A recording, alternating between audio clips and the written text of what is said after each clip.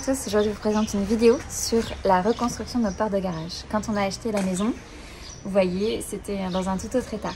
Et l'objectif pour nous, c'était d'automatiser l'ouverture des portes de garage, surtout qu'auparavant, 2 de ces portes étaient inaccessibles puisque devant avaient été construits des murs.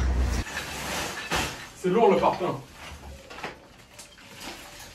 C'est dur à casser aussi. Et c'est dur à ranger.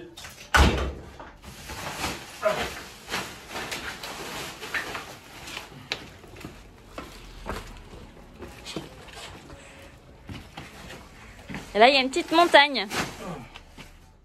Dans cette vidéo, vous trouverez des timelapses de la déconstruction puis de la reconstruction et une photo finale de l'avant-après. Bon visionnage! Pour le choix de notre porte de garage, donc on a retenu un modèle enroulable comme ce qu'il y avait au préalable parce que vous voyez, il y a des contraintes en termes techniques d'espace. On a choisi un modèle en aluminium parce que c'est ce qui est traditionnel dans ce type de porte de garage et on a mis beaucoup de temps à les choisir. On a retenu d'acheter nos portes sur internet pour une question de prix, de disponibilité des matériaux et puis de comparatif. Notre satisfaction vis-à-vis du produit qu'on a acheté est mitigée. La première chose, c'est qu'on est très content du moteur, on est content de la porte et puis de la qualité des profils qui ont été livrés. Maintenant, les choses qui ont été un peu plus compliquées, c'était la livraison, parce qu'en fait, ils n'ont pas précisé le mode de livraison qui allait être retenu pour les portes de garage, vu qu'on en avait 3 et qu'elle a été réalisée avec un 38 tonnes. C'était très complexe parce qu'on habite dans des petites rues. Et la seconde chose, c'est par rapport à la qualité et à la livraison, de la finition. Mais quelque chose de très précis, c'était la présence de beaucoup de micro-rayures et de rayures aussi au niveau des coffres. Et ça nous a moyennement satisfait parce qu'en fait, quand on a un produit neuf, on a envie qu'il soit livré impeccablement. Si vous achetiez un téléphone portable et que l'écran était déjà rayé, ben, il y a quand même un petit peu une déception. Néanmoins, ça se voit pas du tout. Donc, on est plutôt satisfait à la fin du résultat. Et surtout, les garçons ont très bien travaillé pour la pose des portes de garage.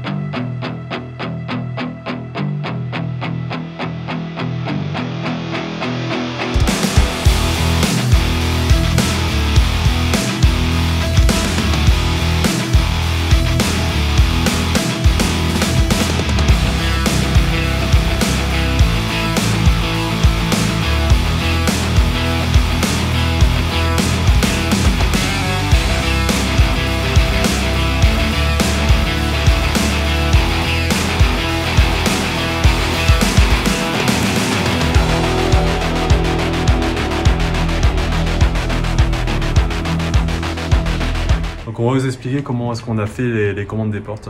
Alors que ce soit avec un menuisier, une grande surface de bricolage ou sur internet, le principe est le même. On prend les dimensions intra-tableau. Le tableau, c'est quoi? C'est ça. Il y a différents types de poses. Le premier type de pose, c'est le tunnel, c'est-à-dire que la structure de la porte est à l'intérieur du tableau. L'inconvénient, c'est que la largeur est réduite de la largeur du dormant de la maison.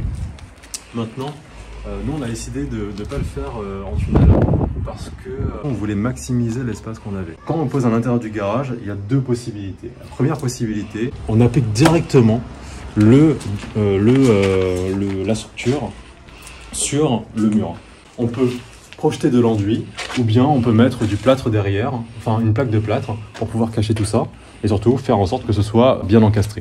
Sinon, il y a une autre possibilité et c'est celle qu'on a décidé de faire pour les 2 autres garages, c'est la pose en feuillure. La feuillure, suivez-moi, la feuillure c'est comme l'applique, sauf qu'à la différence de l'applique, au lieu de rajouter de la matière pour combler la différence, ce qu'on va faire, c'est qu'on va retirer de la matière pour pouvoir mettre la structure dans le trou. Voilà, ici. Donc, faut imaginer qu'avant le mur, il était comme ça. Il rentrait dedans. Donc nous, on a retiré ce petit coin de mur pour pouvoir y encastrer la structure. L'avantage de ça, c'est que c'est tout propre. Donc à la fin, on a juste à faire le petit raccord pour faire en sorte que ce soit parfaitement intégré au mur. L'inconvénient, ça fait que ça fait beaucoup de travail, et vous allez le voir tout à l'heure. Et c'est pour ça qu'on a décidé de ne pas le faire, de faire de cette façon-là sur le grand garage. Pourquoi? Parce qu'en fait, ça faisait beaucoup trop de matière. Et surtout, la matière était différente. Parce que dans les deux autres garages, on avait, d'ailleurs on a toujours, des parpaings qui constituent la structure du mur. Et ici, c'est pas du parpaing. Ici, c'est quoi? C'est de la pierre. Et c'est beaucoup plus dur à couper que le parpaing.